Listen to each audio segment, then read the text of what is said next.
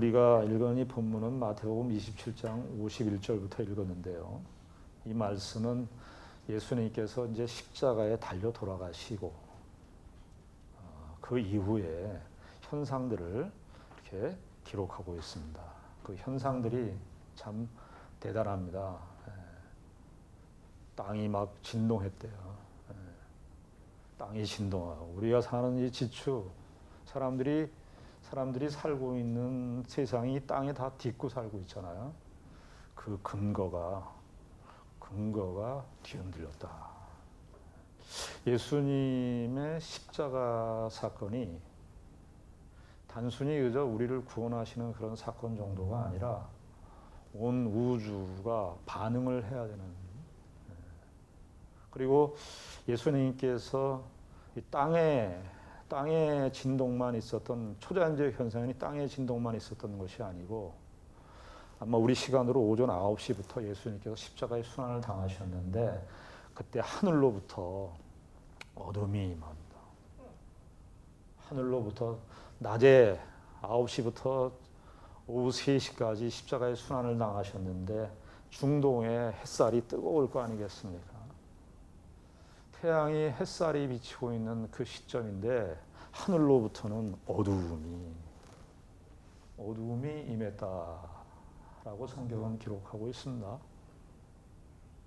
예수님의 십자가의 사건은 온 우주의 반응을 불러일으키는, 우리가 살고 있고, 우리가 뭐 하늘과 땅에 있는 공간에 우리가 살고 있잖아요. 하늘과 땅의 사이에 살고 있는 것이 이 세상이고 우리 인간들인데, 예수님의 십자가 사건이 하늘과 땅을 흔드는 사건이었다. 예수님의 십자가 사건은 단순히 우리의 죄를 구원하시는 그런 사건뿐만 아니라 온 우주의 역사를 획기적으로 흔드는 역사였음을 말합니다. 마치 이사야 선지자 시대 때예요. 이사야 선지자 시대 때 주전 8세기 이사야 선지자, 이사야서가 66장으로 기록되어 있지 않습니까?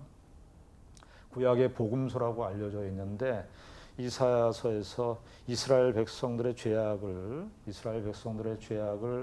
심판하시는 그 심판의 문맥에서 제일 먼저 나왔던 내용이 뭐냐면, 이사야 선지자가 하늘이여 들으라, 땅이여 귀를 기울이라, 그렇게 말합니다. 그러니까 이스라엘 역사, 이스라엘의 역사, 이스라엘 백성들의 너희들의 역사가 너희들이 그저 인간관계 속에서 너희들이 살아가는 그 삶의 역사 속에서만 되어지는 것이 아니라 하나님께서 온 땅과 하늘을 증인으로 초청하는 거예요. 하늘과 땅을 증인으로 불러서. 여러분, 하늘과 땅은요, 하나님께서 이 세상을, 천지를 창조하신 하나님의 피조 세계의 아주 근본적인 틀인데요.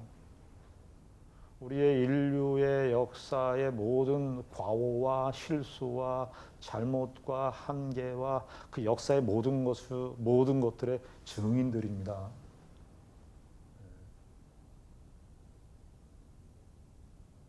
우리는 다 감추고 살고 있고, 우리는 다 우리의 죄악들을 숨기고 살고 있다고 생각할지 모르지만 하늘과 땅은 다 알고 있습니다.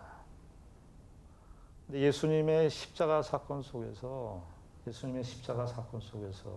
인류의 죄악된 현실이 예수 그리스도의 십자가 사건 속에서 드러나는데, 그것은 그저 이스라엘 백성들, 그 당시 구약의 이스라엘을 죄를 지적하는 내용 정도로 끝나는 것이 아니라 하늘과 땅을 동원해서, 여러분, 예수님께서 이 하늘과 이 땅이 진동했다, 땅이 흔들렸다, 지축이 흔들렸다는 것이 또다시 한번 올 거예요. 역사 속에. 예수님의 십자가의 죽으심을 통해서 이 땅이 진동하고 지진이 일어났다, 흔들렸다는 것인데, 이 세상의 역사에 땅의 지축이 흔들리는 진동의 역사가, 근본적으로 흔들리는 진동의 역사가 최종적으로 있을 거예요. 예수님 재림 때. 대단한 사건이었죠. 예수님의 십자가 사건이 그저 우리를 죄에서 구원하시는 그런 정도의 사건뿐만이 아니라 온 우주가 동원되는 그런 사건이었어요. 그런데 이 지축이 흔들리고 하늘에 어두움이 임하는 이 정황 속에서 마태는 제일 먼저 일어난 현상을, 십자가 이후의 현상을 지적하는데 51절에 보면은 이에 성소 휘장이 위로부터 아래까지 찢어져. 여기 이에라는 말로 번역되어 있는데 사실은 헬라어 성경은 좀 더 강조적으로 되어 있어요. 보라. 그래서 51절부터 우리 한글 성경 잘 번역을 했습니다. 53절까지가 한 문장이에요. 보라. 온 우주, 여기 지금 대제사장들, 서기관들, 그 당시에 종교 지도자들, 여기 십자가에 못 박고 예수님 십자가에 못 박은 이 백부장들, 병사들, 여기 55절, 56절에 나와 있는 이 예수님의 십자가를 마지막으로 죽으심을 목도한 그런 여인들 모두 다 보라. 사실은 우리 모두에게 보라. 마태가 이 말을 쓴 의도는 그 당시의 사람들에게만 보라가 아니라 이 복음, 이 십자가의 사건을 모든 사람들이, 오고 오는 모든 인류들이 봐야 된다. 보라. 보라 그러면서 제일 먼저 나타난 특징을 무엇으로 묘사하고 있냐면 성소 휘장이 위로부터 아래까지 찢어졌다. 여러분, 이스라엘의 역사를 대변하는 것입니다. 이스라엘의 역사는 성막과 성전의 역사라고 해도 과언이 아닙니다. 성막과 성전의 역사입니다. 성막과 성전의 역사를 이스라엘의 역사라고 말할 수 있습니다. 그런데 이 성소, 구약의 성소, 이 성막, 그리고 성전을 지을 때요, 이게 사실은 하나님께서 그의 백성들에게 만나주시는 공간인데요. 아이러니컬하게 이 성소, 성막이나 성전의 기능 중에 하나님께서 이스라엘 죄인들을 만나주시는 공간인데 동시에 죄인들에게 열려있는 공간이면서 동시에 죄인들에게 닫혀있는 공간이기도 합니다. 닫혀있어요.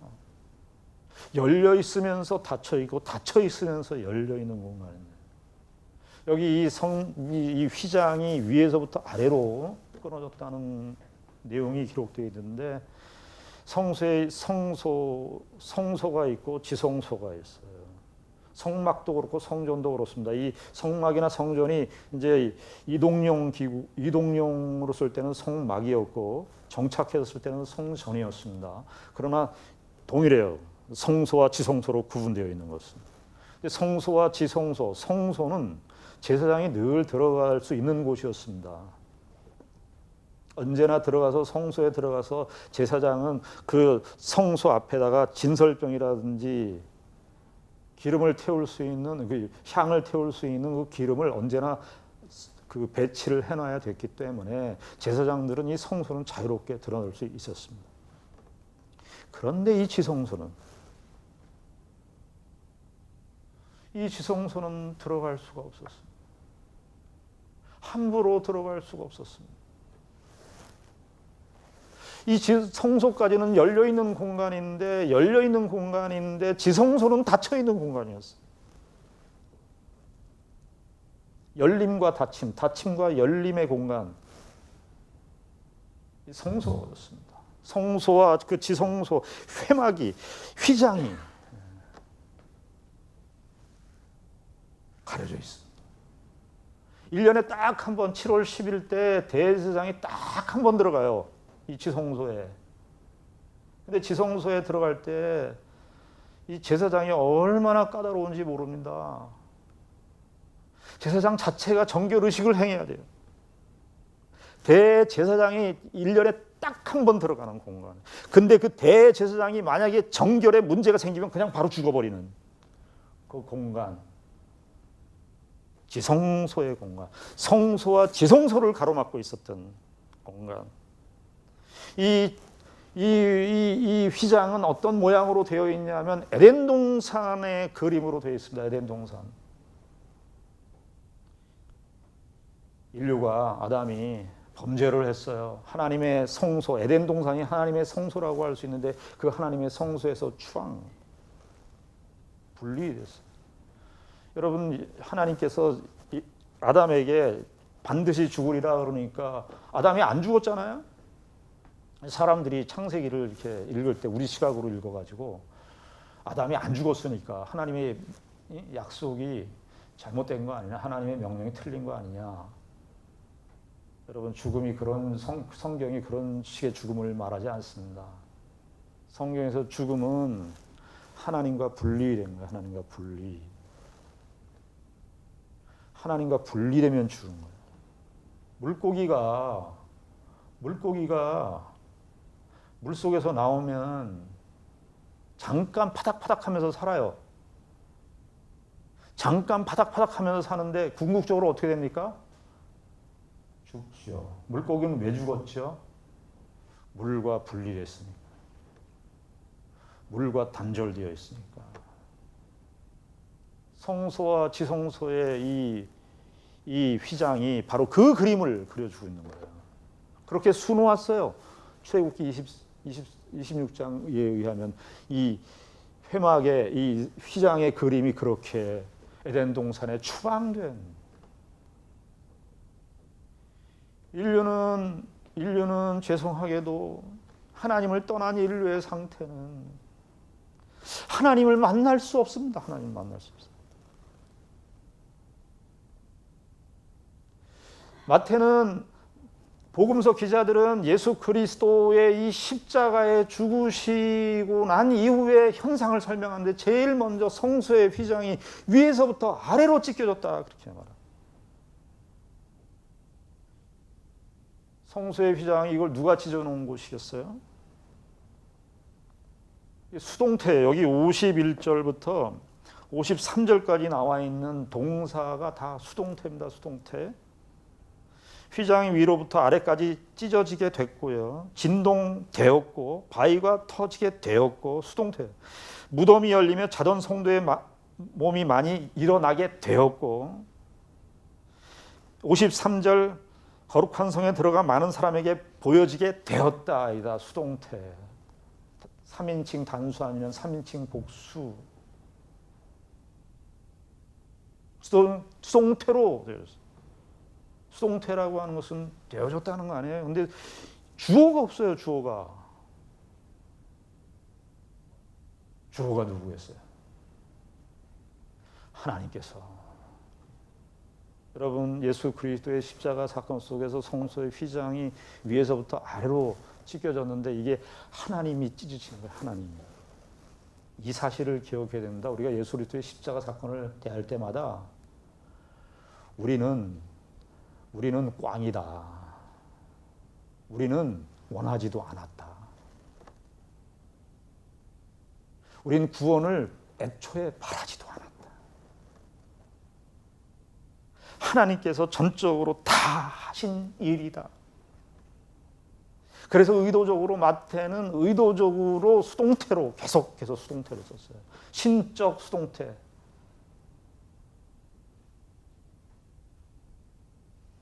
여러분, 예수님의 십자가 이게 성막에서 일어난 일인데요. 성소 휘장이 갈라지고 하는 이 사건이 기록되어 있는데 여러분, 예수님께서 십자가를 지신 것은 뭐가 됐다는 겁니까? 예수님께서 제물이 되었다. 예수님께서 제물이 되었다. 예수님께서 제물이 되어 주시니까 십자가로 죽으심으로 예수님께서 양과 같은 제물이 되어 주시니까 성소의 휘장이 위에서부터 아래로 열려진 거예요. 그 전까지는요, 성소의 휘장이 열려진 적이 없어요. 지성소와 성소를 가로막고 있는 휘장이 대지상 딱 한 번, 그거 아슬아슬하게 딱 한 번 있었어요. 이렇게 성소의 휘장이 성막과 성전의 역사, 그동안에 있었던 모든 수천 년간의 역사 기간 동안에 성소의 휘장이 위에서부터 이렇게 아래까지 찢어진 적이 없었습니다. 근데 예수님께서 십자가에 죽으심으로 이게 무슨 말이 되는 것입니까? 원래 하나님과 그의 이스라엘 백성들이 어떤 관계냐면 언약 관계입니다. 언약 관계. 언약 관계라는 건 뭐죠? 여러분 계약서 써보셨죠? 계약서. 부동산 계약서 다 써보셨잖아요. 갑과 을이 있잖아요. 그러면 그 계약서는 뭐죠? 갑과 을이 서로 지키겠다는 거 아닙니까? 그 계약서대로. 월세를 한 달에 100만 원 내겠습니다 하고서 계약을 한 거 아니에요. 그러면 만약에 100만 원 못 냈으면 어떻게 되는 겁니까? 못 내는 사람이 계약을 취소당하는 거예요.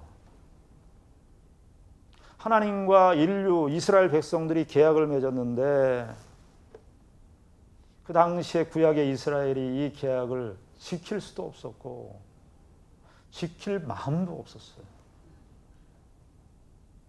그런데 이 하나님께서는 진노하셔야 돼. 죄인에 대해서 진노하시고 심판으로 끝을 내셔야 되는데 인류가 구약 시대 때는 이스라엘이 인류의 대표로 계약의 당사자로 있었는데 계약의 당사자들이 지킬 수가 없는 거예요.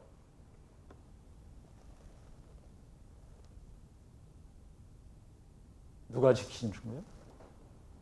예수님께서 인류의 대표가 되어주셔서 인류 이스라엘의 대표, 온 이스라엘의 죄인들의 대표가 되어주셔서 친히 되어주셔서 양으로 제물로 바쳐짐으로써 그 언약적 성취를, 언약적 의무를 예수님이 담당하심으로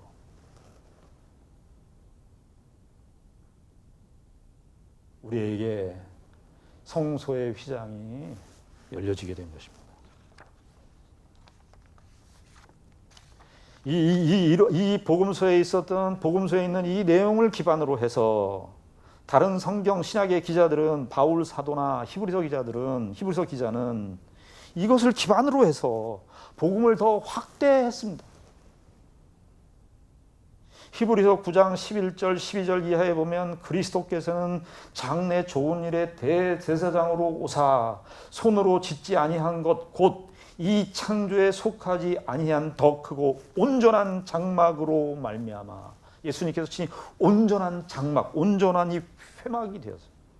온전한 장막으로 말미암아 12절 염소와 송아지의 피로 하지 아니하고 오직 자기의 피로 영원한 속죄를 이루사 단번에 성소에 들어가셨느니라. 복음서에 있는 이 모습을 히브리서 기자가 서술적 표현으로 고백한 거 아닙니까? 염소와 송아지의 피로 하지 아니하고 오직 자기의 피로 영원한 속죄를 이루사 단번에 성소에 들어가게 하셨다. 히브리서에서는 이런 내용들이 계속 반복돼서 다양한 표현 방식을 빌어서 이야기합니다. 10장 19절 20절 보면 그러므로 형제들아 우리가 예수의 피를 힘입어 성소에 들어갈 담력을 얻었나니 그 길은 20절 그 길은 예수님이 내신 그 길은 우리를 위하여 휘장 가운데로 열어놓으신 거기 휘장 복 같은 말이에요. 그 휘장 가운데로 열어놓으신 새로운 살 길이요 휘장은 그의 육체니라.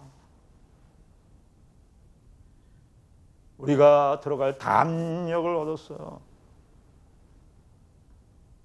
그 길은 우리를 위하여 여러분 복음서를 보시면서 다 질문을 하셔야 돼요. 예수님이 왜 엘리 엘리 라마 사박다니 하시면서 고난을 당하셨는가? 왜 그러셨죠?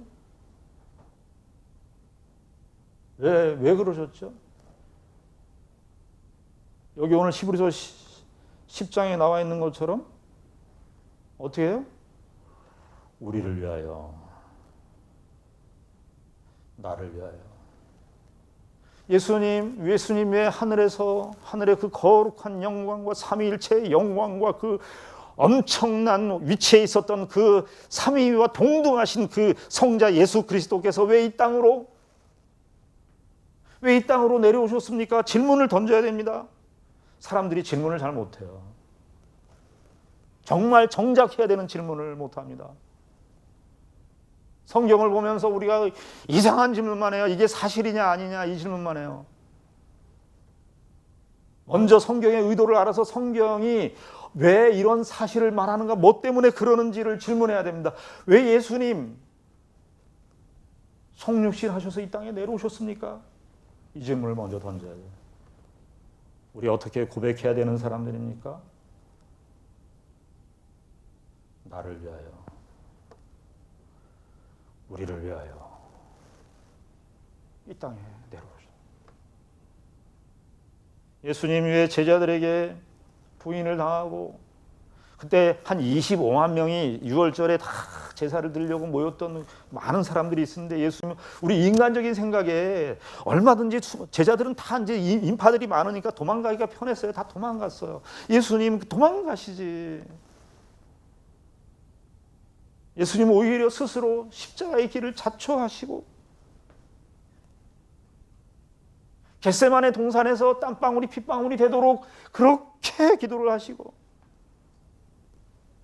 예수님 왜 그러셨어요?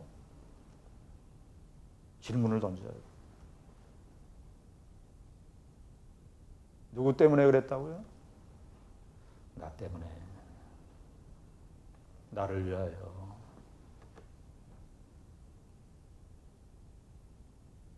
바울 사도는 이 휘장이 갈라진 그 사건을 좀 더 진전된 내용으로 확대해서 말합니다. 에베소서 2장 14절에 보면 그는 화평이신지라 둘로 하나를 만드사 원수된 것 곧 중간에 막힌 담을 자기 육체로 하셨다. 이 말씀이 어떤 문맥에서 나오냐 하면 성서의 휘장이 위에서부터 아래로 갈라진 것은 하나님과 우리와의 관계가 열렸다는 측면뿐만 아니라 인류도, 유대인과 이방인, 그 당시 때는요, 유대인과 이방인의 이 혈연적 관계가 가장 근본적인 관계였어요. 근본적인 질서였어요. 예수 그리스도의 죽으심이, 십자가의 죽으심이 무엇까지 담을 하신 거예요? 하나님과 우리 사이에 담을 하셨을 뿐만 아니라 인류가 갖고 있는 이 혈연적 질서, 민족적 질서까지의 담을 헐었다는 겁니다. 예수님께서 마태복음 12장에 보면 예수님께서 회당에서 가르치실 때 제자들이 와서 그래요. 예수님의 어머니 마리아와 예수님의 형제들이 왔어요. 가족들이. 예수님 가족들이 왔습니다. 그렇게 얘기하니까 예수님이 뭐라고 말씀하셨죠? 누가 내 혈연이고 누가 내 자매고 누가 내 모친이냐? 어떻게 보면 우리 동양적 사고로 보면 예수님이 이게 참 부려워하시는 분 같아 보일지 모르겠습니다. 예수님은 그 얘기를 하려고 그러신 것이 아니라 새로운 가족 관계, 예수 그리스도의 은혜로 말미암아 새로운 가족 관계의 질서가 우리 이 세상의 질서에 새롭게 투입이 되었는데, 교회적 질서, 예수 그리스도 안에 피로 맺은 그 질서가, 새로운 질서가 이 교회 안에, 이 세상 안에 교회로서 나타났다는 사실을 말해주고 있는 것입니다. 예수 믿는 신자들은요, 교회에서 생활할 때 원한과 증오를 키워가면 안 돼요.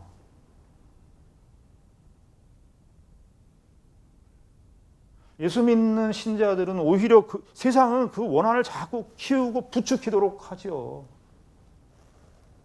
예수 믿는 신자들은요, 그렇지 않습니다. 예수 믿는 사람들은 바로 이 예수 그리스도의 은혜 때문에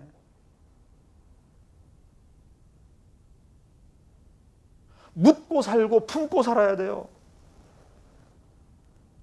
최근에 어떤 문학 작가의 책을 봤는데 묻고 산다, 품고 산다 이 표현이 나와요. 묻고 살고 품고 살고. 묻고 산다는 것은 어떤 사건이나 사람에 대해서 내가 어쩔 수 없는 상황이죠. 우리가 가까운 사람들을 잃었을 때 묻어요. 가슴에 묻어요. 그러나 품고 산다는 것은 어떤 사건이나 사람이 지금 현재적 삶에 나에 적용되고 있을 때, 그런데 고통스러워요. 그게 어떻게 해야 된다는 거예요? 품고 살아야 됩니다. 예수님의 이 십자가 사건은 죄에 대해서 그 십자가로, 죄에 대해서는 다 십자가로 묻어버리고, 십자가에 묻어버리고, 예수 그리스도의 십자가는 죄에 대해서 묻어버렸지만 죄인들은 품으시는 은혜예요. 죄인들은 품으시는 은혜. 예수님이 누굴 품으셨어요? 베드로 제자들을, 부인을 다 부인한 제자들을 품어. 예수님의 십자가 사건 속에서는 죄에 대해서는 십자가로 다 묻어버리셨지만 그 죄인들을 향해서는 품으신 거예요. 우리는 거꾸로 하죠. 우리는 원한을 품어요. 원한을 묻어야 되는데, 십자가에 다 묻어야 되는데, 여러분 과거도 다 묻으셔야 돼요. 과거도 다 묻으셔야 돼요. 근데 과거에 있는 거를 자꾸 품어. 우린 예수님의 십자가가 거꾸로 살면 망하는 길입니다.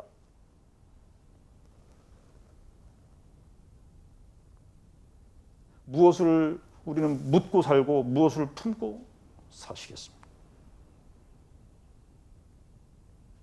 예수님의 십자가 사건은 이러한 온 우주적인, 나중에 보면 골로새서 같은 데 보면, 에베소서 같은 데 보면 이 만물의 통일까지도 다 염두에 두는 거예요. 우리 인간과의 통일뿐만 아니라 하나님과 우리 사이의 연결, 그 다음에 사람들과 사람들 사이의 연결뿐만 아니라 온 우주 만물까지 예수 그리스도 안에서 통일되게 되는 그 역사까지를 다 포함하고 있는 것입니다.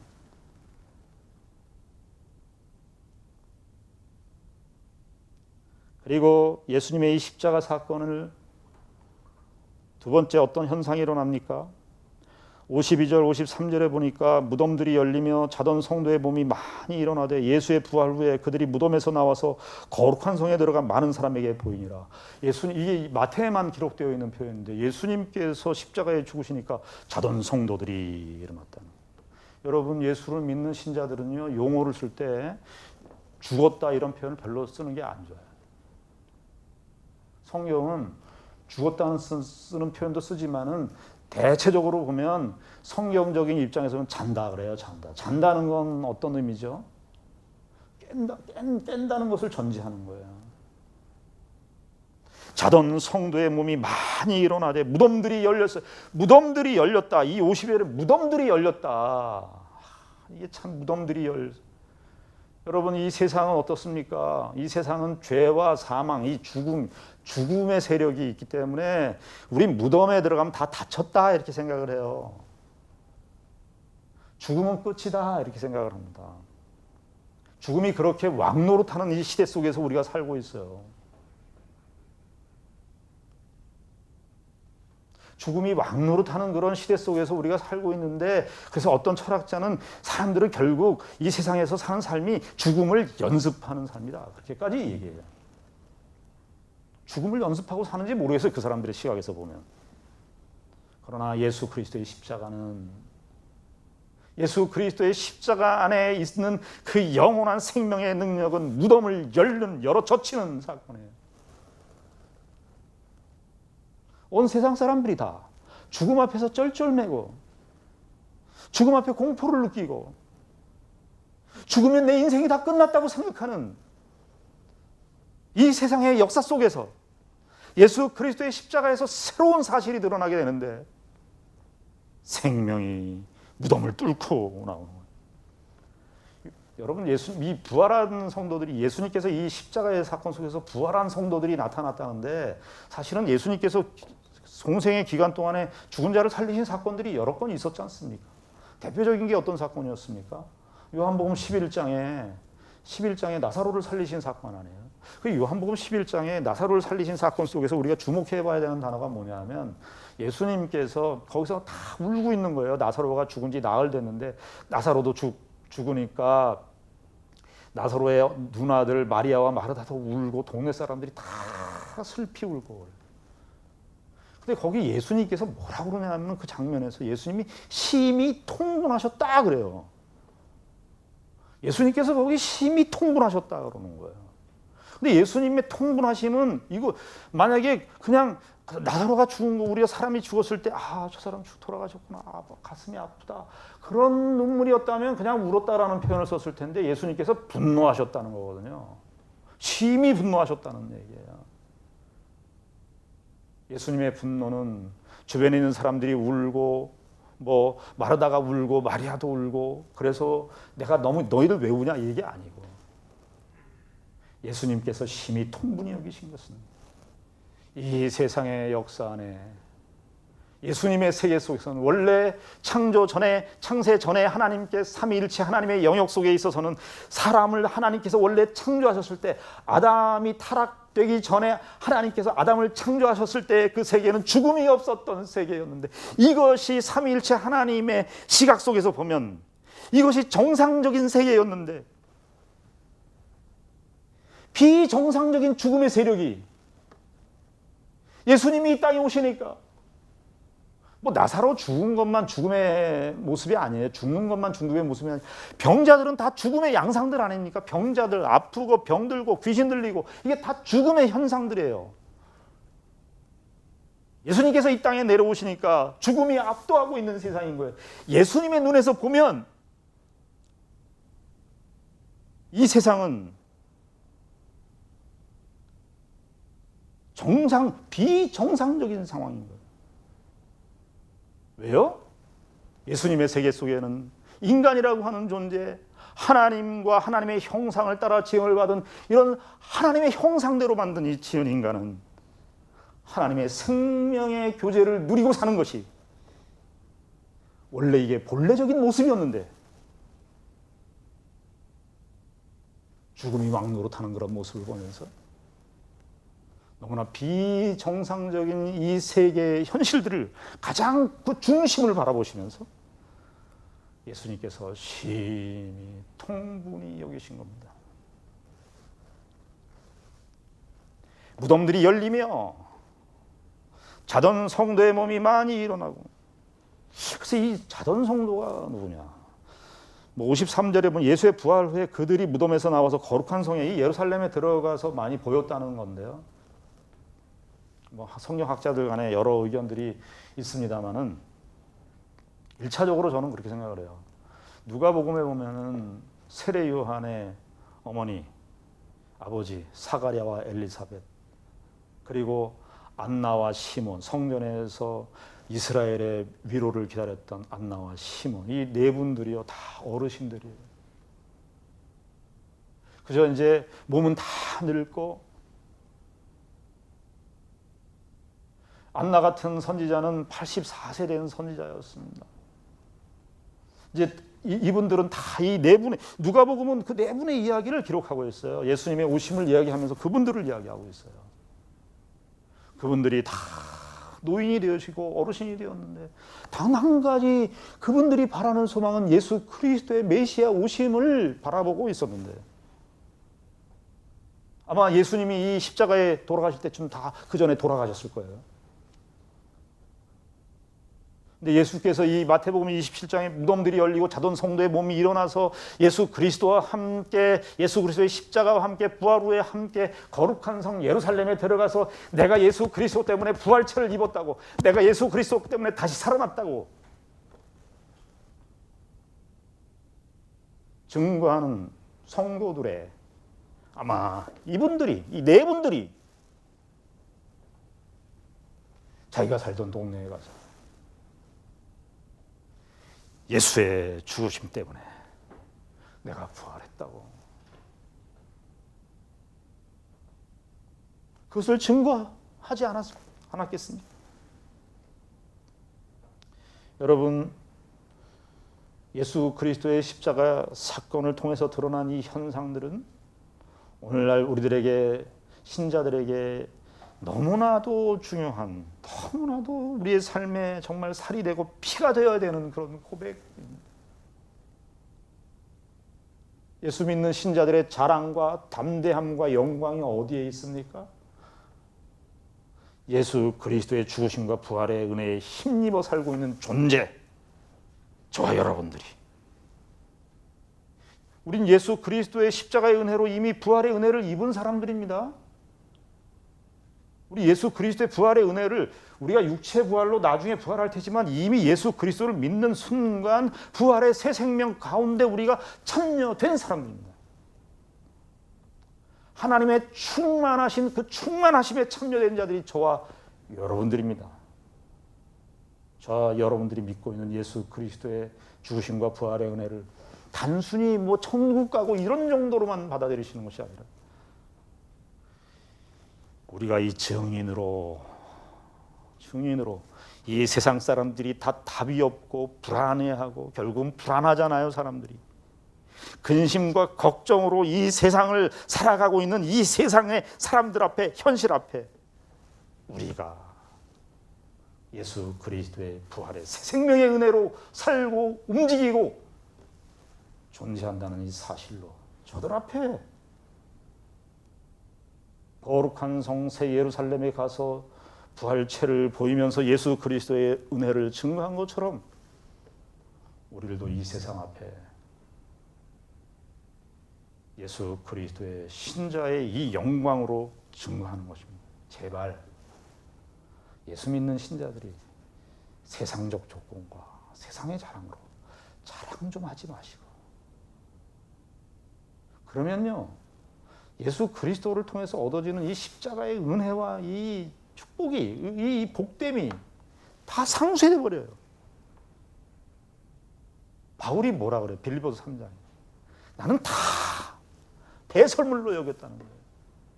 난 오직 예수 그리스도의 부활의 은혜에 발견되어지기를 원한다는 거예요.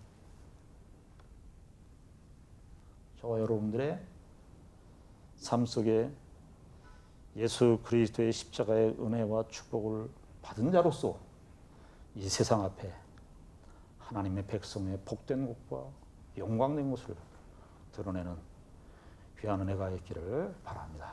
기도하겠습니다. 하나님 아버지 은혜를 감사합니다.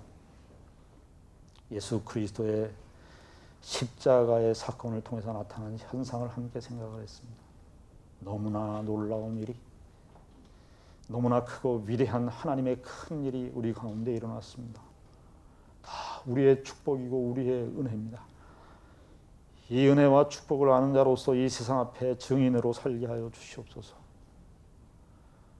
이 세상은 불안하고 힘들다 그러고 어렵다 그러고 죽겠다 그러고 아우성되고 있습니다. 아버지 하나님 바로 이때가 예수를 믿는 신자의 믿음의 능력을 보일 때입니다. 정신을 차리고 우리의 믿음의 현주소를 파악하여 하나님의 능력 있는 신자의 모습을 증거하는 우리 모두가 되게 하여 주시옵소서. 예수님 이름으로 기도드리옵나이다.